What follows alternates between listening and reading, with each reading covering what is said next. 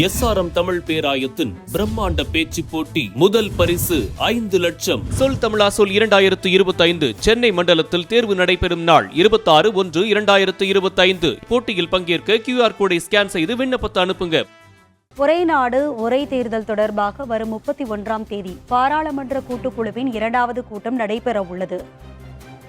இந்தியாவில் ஒரே நாடு ஒரே தேர்தல் திட்டம் நாடாளுமன்ற மக்களவைக்கும் அனைத்து மாநில மற்றும் யூனியன் பிரதேச சட்டப்பேரவைகளுக்கும் ஒரே நேரத்தில் தேர்தல் நடத்த வழிவகுக்கக்கூடியது.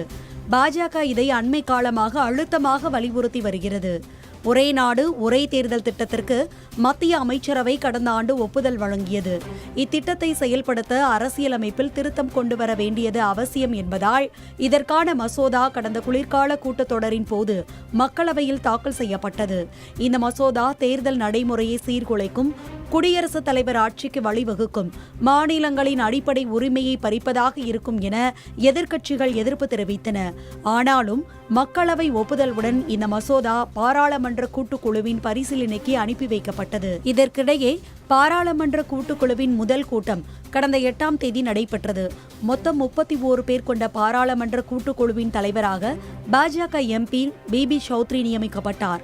இதில் 21 மக்களவை உறுப்பினர்கள், 10 மாநிலங்களவை உறுப்பினர்கள் இடம்பெற்றனர்.